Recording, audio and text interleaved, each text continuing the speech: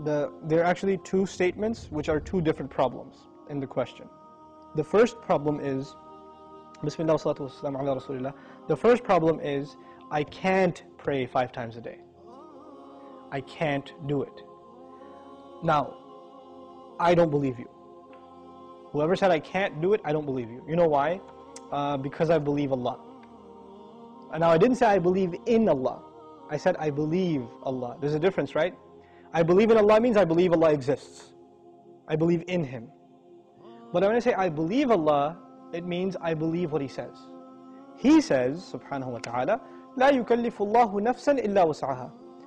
Allah does not burden anyone except unless they are able to carry that burden. This is what Allah said. Allah said He does not burden anyone with any responsibility unless they are capable of living up to that burden. This is what He said. You're saying you're not able to live up to a responsibility that Allah gave you. Isn't that true? You're saying I can't pray 5 times. It's too much. And Allah is saying yes you can. So I have a choice between believing you and believing Allah. And perhaps if you didn't realize this, maybe you're lying to yourself. Maybe you've convinced yourself because of your laziness, because of your lack of will, that you don't want to pray 5 times. Maybe you have to, I can't judge you. I don't know what the problem is. But the problem, maybe you're ashamed to pray in front of non-Muslims. People can take 15-minute cigarette breaks at work, right?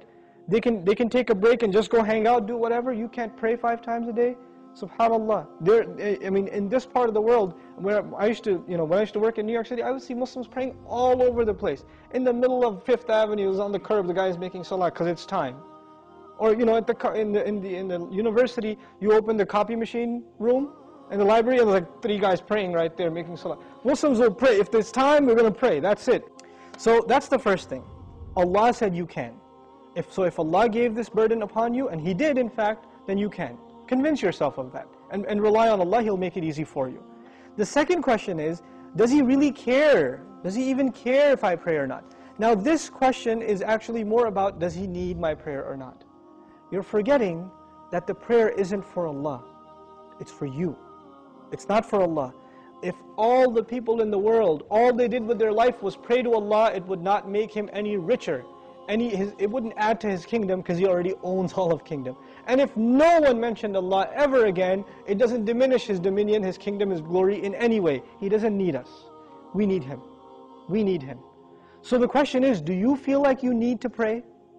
Do you feel like that's a need in your life? And if it's not, if you feel you're free of, begging Allah for His help, turning to Allah and submitting before His commandments, then that's a serious problem with your faith. It's become weak, and this question only came up because you've been distanced from Allah for so long that shaitan can come to you and say, yeah, I know you used to feel bad about not praying. Let's just get rid of that bad feeling and replace it with, well, why do I have to pray anyway? That's the next phase of that disease. The first part was, at least it was diagnosed, but at least you had some bad feeling. Guilt was still there. That's a gift from Allah. When that guilt even goes away and you say, Allah doesn't need my prayer, it's all good. So long as I'm doing good. And that's the last part I want to talk about, this so long as I'm doing good part. Who defines what's good? There are 2 kinds of good in this world. Please remember this, okay? There are 2 kinds of good. There's ethical good. I'm good to my neighbor. I'm honest at work. I'm nice to people. I don't steal. I don't cheat. These are ethics, basic ethics, right? That everybody, I tell the truth. I'm honest. I pay my taxes, blah, blah, blah. These are ethical truths, okay? And I'm honest in business. Then there are religious goods. I go to Hajj. I give zakat. I pray 5 times a day. I fast in the month of Ramadan. These aren't ethical realities. These are religious goods. Good deeds that are religious and good deeds that are ethical, moral in nature. What happens a lot of times with Muslims and with non-Muslims, especially it happens with Muslims, is that we make a distinction between these 2 things. So in the Muslim world, you will find people that are morally good. They're nice to their family, they take care of their kids, they're responsible in the household, they're nice to their neighbors, they're honest at work. Good people, but guess what? No religion. I don't need religion to be good, is what they say. And on the other extreme, you have people that pray, go to Hajj, give zakah, have a long beard, dress in a very religious garment, and yet terrible to their family, cheating people in business, highly immoral and unethical.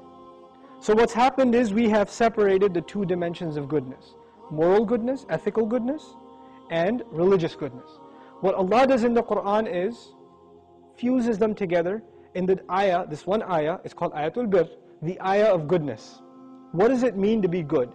If you study that ayah, it is a combination of two things.